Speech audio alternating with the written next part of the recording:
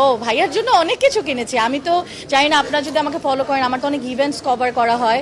তো প্রতিটা ইভেন্ট থেকে ওর জন্য অনেক পাঞ্জাবি কিনা হয়েছে, শার্টস কিনা হয়েছে। ও তো শপিংয়ে যায়ও না, ওর জন্য আমিই কিনি। তো ওর জন্য এবার কয়টা, তিনটা না চারটা পাঞ্জাবি আমিই কিনে এনেছি। ও আর বলছে সত্যি কথা, আসলেও কিনতে হয় না। কিছু কিনতে গেলেই বলে আপু টাকা দিব না, একটু টাকা দেওয়া লাগবে না, ট্যাগ করে দিন, তাহলেই হবে, আপনি একটু ছবি তুলে দিবেন। কিন্তু আসলে সব সময় এটা ভালো লাগে না, কারণ আমরা কিনতে চাই, মানে আমি অন্য ব্যাপারটা চাই না। আমি নিজে অনেক শপিং করি, যারা আমার সাথে কাজ করে তারা বারবার আমার কাছে আসে, কারণ হচ্ছে আমি তাদের থেকে অনেক পারচেজ করি।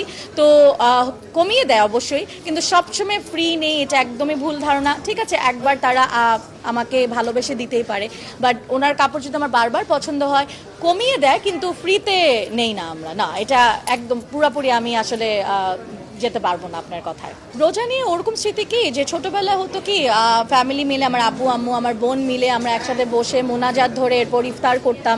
এটা এখন মিস করি। আমার আম্মু, আমার নেই বাড়ি আমার বাসার, কিন্তু তার সাথে গিয়ে সবসময় ইফতার করা হয় না, বাইরে থাকি, বা আমি আমার হাজব্যান্ডের সাথে ইফতার করা হয় যেহেতু আমার বিয়ে হয়ে গিয়েছে। তো এই জিনিসটা পরিবারের সাথে ইফতার করাটা এভরিডে, এটা মিস করি। আব্বু মুড়ি মেখে দিত, ওটা খাওয়া মিস করি। তো এই জিনিসগুলো ছোটোখাটো মিস করি। আর হচ্ছে যে পানি খাওয়ার কথা বললেন যে ভুল করে, এটা ছোটোবেলায় আমার মনে হয় সবারই একবার দুইবার হয়েছে। আই থিঙ্ক আমারও হয়েছে, আমার খুব একটা মনে পড়ছে না, বাট হতে পারে। আর এটা হলে এটা আসলে ভুল হয়ে যেতেই পারে, এটা কোনো আসলে সমস্যা না। পরে তওবা করে আবার অজু করে রোজা রাখা যায়, এটা তো আমরা জানি। আমি মুড়ি জিলাপি কিছুই খাই না, তো প্রশ্নই আসে না কোনো কিছুর এখানে। আমি মুড়িও খাই না, আমি জিলাপিও খাই না, আমি মিষ্টি জিনিস আসলে খাই না। সো বাসায় আমার হাজব্যান্ড এবং আমার বেবি অনেক লাইক করে চিকন জিলাপি,